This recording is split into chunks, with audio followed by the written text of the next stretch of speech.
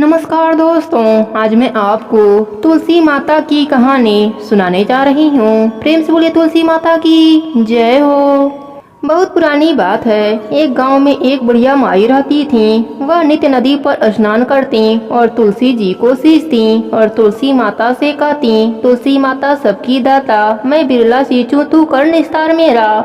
तुलसी माता लडुआ दे, अड़ुआ दे, पीताम्बर की धोती दे, मीठा मीठा ग्रास दे, बैकुंठ का वास दे, चटके की चाल दे, पटके की मौत दे, चंदन की गांठ दे, झालर की झंकार दे, साई का रास दे, दाल भात का जीवन दे, 11 की मौत दे और कृष्णा की कंधा भी दे दे। बुढ़िया माई रोज तुलसी सींचने के बाद यही बात कहती थी। उनकी बात सुनकर तुलसी माता सूखने लगी। एक दिन भगवान हरि ने पूछा, हे प्रिय, इतनी औरतें तुम्हें सींचती हैं, मीठा भोग लगाती हैं, गीत सुनाती हैं, फिर भी तुम क्यों सूख रही हो? तब तुलसी माता ने कहा, प्रभु, एक बुढ़िया माई रोज मेरे पास आती हैं और रोज मुझसे यही सब बातें कहती हैं। मैं हर बात पूरी कर सकती हूँ, पर श्री हरि का कान्हा कहाँ से ला कर दूंगी? तब भगवान हरि बोले, जब वह मरेगी तब कान्हा देने मैं स्वयं आ जाऊंगा। कुछ दिनों के बाद बुढ़िया माई का देहांत हो गया। बुढ़िया माई के अंतिम संस्कार के लिए गांव के कुछ लोग बुढ़िया माई के मृत शरीर को उठाने लगे तो वह बुढ़िया माई इतनी भारी हो गई कि किसी से भी नहीं उठती। तब सब गांव वाले बोलने लगे कि बुढ़िया माई तो अपने पूरे जीवन में पूजा पाठ किया था, फिर भी यह इतनी भारी कैसे हो गई? तभी उधर से बूढ़े ब्राह्मण के रूप में भगवान हरि स्वयं वहाँ आए और पूछने लगे कि क्या हुआ। तब सभी कहने लगे, बुढ़िया माई का शरीर उठ नहीं रहा है, लगता है यह पाप भी बहुत करती थीं, इसलिए यह मरने के बाद भारी हो गई हैं। तब भगवान के रूप में प्रभु बोले, मुझे इसके कानों में एक बात कहने दो, शायद उठ जाए। लोग बोले, ठीक है, आप भी प्रयास कर लो। भगवान बुढ़िया माई के कानों में कहने लगे, बुढ़िया माई, मन की निकाल ले, अड़ुआ ले, गड़ुआ ले, पीताम्बर की धोती ले, मीठा मीठा ग्रास ले, बैकुंठ का वास ले, चटके की चाल ले, पटके की मौत ले, चंदन की गांठ ले, झालर की झंकार ले, दाल भात का जीवन ले, एकादशी की मौत ले और ले श्री हरि का कान्हा भी ले ले। इतना कहते ही बुढ़िया माई हल्की हो गई। भगवान अपने कन्हे पर उसे ले गए। बुढ़िया माई को मुक्ति मिल गई और वह श्री हरि के साथ बैकुंठ लोक को चली गईं।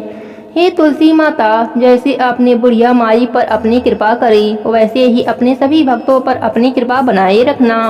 प्रेम से बोले तुलसी माता की जय हो, विष्णु भगवान की जय हो। एक नगर में एक गरीब ब्राह्मण अपनी पत्नी के साथ रहता था। वह भिक्षा मांगकर अपना जीवन गुजारता और नारायण भगवान की पूजा में लगा रहता था। वह उतना ही भिक्षा मांगकर लाता जिससे उसके व उसके परिवार का पेट भर सके। एक बार उस नगर का राजा खूब दान पुण्य कर रहा था। राजा किसी भी गरीब को अपने महल से खाली हाथ वापस नहीं जाने देता था। दूर दूर से गरीब राजा के पास आते और मुंह मांगा दान लेकर चले जाते। एक दिन ब्राह्मण की पत्नी ने ब्राह्मण से कहा कि आपने सुना, राजा आजकल खूब दान कर रहा है, आप भी जाइए और राजा से कुछ मांग कर लाइए। ब्राह्मण ने अपने पत्नी को समझाते हुए कहा, तू तो बावरी है, हमें धन की क्या जरूरत, हमें इतना तो मिल ही जाता है जिससे हम अपना पेट भर सकें, और राजा का धन अच्छा नहीं होता, वह हमें नहीं लेना चाहिए। लेकिन ब्राह्मण की पत्नी जिद पर अड़ गई और बोली, मैं तुम्हारी एक भी बात नहीं सुनने वाली हूँ, कब तक हम कंगाली में जीते रहेंगे? तुम तो रोज माला लेकर बैठ जाते हो, अपने बच्चों को क्या खिलाएं, क्या पहनाएं? जब बच्चे दूसरे बच्चे को पहनते ओढ़ते और खाते पीते देखते हैं तो उनका भी मन ललच जाता है। आज तुम राजा के पास जाओ, राजा बहुत भला व्यक्ति है, वह हमें जरूर मुँह मांगा दान देगा। मजबूर होकर ब्राह्मण राजा के महल की ओर चल दिया, पर राजा उस समय महल में नहीं थे। ब्राह्मण को वापस लौटना पड़ा। दूसरे दिन ब्राह्मण की पत्नी ने ब्राह्मण को फिर से महल भेजा, परंतु राजा फिर से महल में नहीं मिला। तीसरे दिन राजा महल में मिल गया और उसने ब्राह्मण का स्वागत किया और उसे आसन पर बैठाया और 2 दिन न मिल पाने के लिए क्षमा मांगी। राजा ने कहा, मैं आपकी क्या सेवा कर सकता हूँ? ब्राह्मण ने कहा, जो मैं मांगूं वो आप दे सकेंगे? राजा ने कहा, हाँ हाँ, कहिए, मैं आपकी क्या सेवा कर सकता हूँ? ब्राह्मण ने निवेदन किया, महाराज, मैं कुछ और नहीं चाहता, बस आप मुझे अपनी पसीने की कमाई से 4 पैसे दान में दे दीजिए। ब्राह्मण की बात सुनकर राजा चौंक गया और सोचने लगा, खजाने में बहुत सारा धन पड़ा है, पर मेरे मेहनत की एक भी कौड़ी नहीं है। राजा ने ब्राह्मण से कहा, आप मुझे एक दिन का समय दे दीजिए, मैं कल आपको मुंह मांगा दान दे दूंगा। ब्राह्मण अपने घर वापस आ गया। ब्राह्मणी ने ब्राह्मण को जब खाली हाथ देखा तो वह बोली, क्या हुआ, राजा ने कुछ नहीं दिया क्या? तब ब्राह्मण बोला, राजा ने कल देने के लिए कहा है। ब्राह्मण की पत्नी सोचने लगी, शायद इन्होंने बहुत सारा धन मांगा होगा और राजा को व्यवस्था करने में समय लग रहा होगा, इसलिए कल बुलाया है। दूसरी ओर राजा ने अपने राशि कपड़े बदलकर फटे पुराने कपड़े पहने और मजदूर जैसा भेष बना लिया। जब राजा की पत्नी ने देखा तब राजा से पूछा तो राजा ने सारी बात बताई। रानी बोली, मैं भी आपके साथ चलूंगी। राजा मान गए। अब रानी भी पुरानी साड़ी पहनकर आ गई। इस प्रकार राजा रानी मजदूरी की तलाश में शहर निकल गए। लुहारों की मोहल्ले में जाकर राजा ने आवाज लगाया, किसी को मजदूर चाहिए। आखिर एक लुहार ने उन्हें बुला लिया, जो पहिए पर हाल चढ़ाने की तैयारी कर रहा था। उसने राजा से कहा, देखो, तुम्हें पहले खलास धोपनी पड़ेगी और जब आग आ जाए उसके बाद घन पीटना होगा। फिर रानी की ओर देखकर कहा, तुम्हें कुएं से पानी लाकर ओदी भरनी होगी और कोयले वाले घर से कोयला लेकर भट्टी में डालना होगा। तुम दोनों को दिन भर में 2-2 आने मिलेंगे। अगर काम पसंद हो तो बोलो, नहीं तो अपना रास्ता नापो। राजा रानी लोहार के बताए काम को करने लगे। राजा खलास धोपने लगा, पर उससे काम ठीक से नहीं हो पा रहा था। लोहार नाराज होकर राजा को ठीक से काम करने के लिए कहता। राजा जैसे तैसे अपना काम करने लगा। रानी भी कुएं से पानी भरकर लाने लगी। रानी के हाथ में फफोले पड़ गए। किसी तरह बड़ी कठिनाइयों से उसने पानी का हौदी भरा। उसके बाद रानी कोयला लाकर भट्टी में डालने लगी। कोयले भरने से रानी के गोरे हाथ और कपड़े काले हो गए। भट्टी में आग आने पर लोहार ने हाल भट्टी में से निकालकर पहिए पर जमाई और एक घन अपने हाथ में लेकर और एक राजा के हाथ में देकर कहा, देखो, बारी बारी से घन इस पर पटकना, हाथ इधर उधर ना होने पाए। राजा जोर जोर से घन पटकने लगा, लेकिन उसका निशाना ठीक से नहीं बैठता था। कभी घन हाल पर गिरता तो कभी पहिए पर। मजदूरों का यह हाल देखकर लोहाइन बड़बड़ाती हुई आई और लोहार से कहने लगी, तुमने कहां से यह नौसिखिया मजदूर काम पर लगा लिया है? इनसे काम नहीं होगा, यह मजदूर तुम्हारा सब काम बिगाड़ देंगे। राजा रानी उन दोनों की फटकार सुनते सुनते अपना काम मन लगाकर करते रहे। घन पटकते पटकते राजा का शरीर पसीने से तरवितर हो गया और जोर जोर से सांस चलने लगी। रानी भी पानी भरते भरते और कोयला झोंकते झोंकते थक कर चूर हो गयी। दोनों ने पूरे दिन बहुत मेहनत करी। लोहार ने राजा रानी को 2-2 पैसे दिए, जिसे वह बड़ी खुशी खुशी से लेकर महल आ गए। आज उन्हें पता चला कि मेहनत की कमाई कैसी होती है। राजा ने 4 पैसे अलग रख दिया और अगले दिन ब्राह्मण को बुलाकर उसे दे दिया।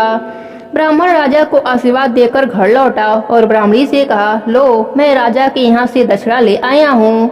ब्राह्मणी खुश होकर दौड़ती हुई आई, पर उसने जब 4 पैसे देखा तो वह ठिठक कर रह गई और उन्हें दूर फेंक दिया।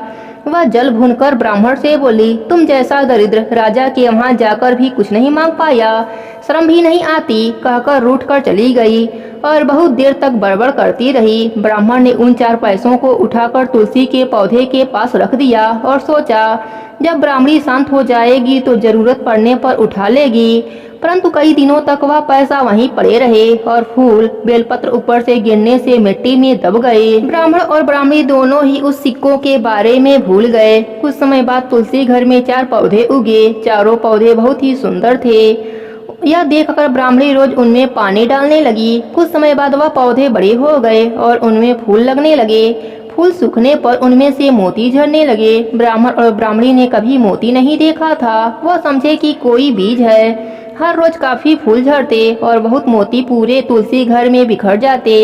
ब्राह्मणी उन मोतियों को समेटकर घर के एक कोने में डाल देती। इस तरह वहां मोतियों का ढेर लग गया।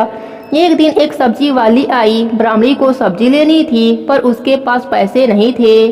उसने सब्जी वाली से कहा, क्या तुम इन चमत्कार बीजों के बदले सब्जी दे सकती हो? सब्जी वाली ने देखा तो वह पहचान गई कि यह तो मोती हैं। उसने खुशी खुशी ब्राह्मणी को उन मोतियों के बदले उनकी मनपसंद सब्जी देने लगी। अब से हर रोज ऐसा होने लगा। ब्राह्मणी और सब्जी वाली दोनों खुश थे। सब्जी वाली यह सोचकर खुश थी कि मुझे एक पैसे की तरकारी के बदले हजारों का माल मिल जाता है, और ब्राह्मणी यह सोचकर खुश थी कि इस बीजों के बदले सब्जी मिल जाती है। इस प्रकार कुछ समय बीत गए। उधर राजमहल में कई हंस थे जो मोती चुगते थे। राजा का यह नियम था, जब राजहंस मोती चुगते थे उसके बाद ही राजा और उसका परिवार भोजन करता था।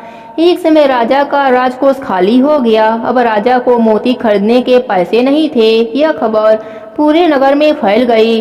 ब्राह्मण और ब्राह्मणी को जब यह पता चला तो उन्होंने यह विचार किया कि राजा बहुत दानी और नेक दिल का है। उसने अपना सब कुछ दान में कर दिया है, यहाँ तक कि उसके पास खाने तक का कुछ भी नहीं है। ऐसे हालात में हमें उन लोगों की कुछ सहायता करनी चाहिए। ब्राह्मण ने ब्राह्मणी से कहा, अगर तू कहे तो इसमें से कुछ बीज राजा को दे आऊं। तू कहती है कि इसके बदले सब्जी और खाने की चीजें मिल जाती है। ब्राह्मणी ने कहा, हाँ, मैं रोज इसके बदले सौदा लिया करती हूँ। ऐसा कहकर ब्राह्मणी एक कटोरी बीज भरकर लाई।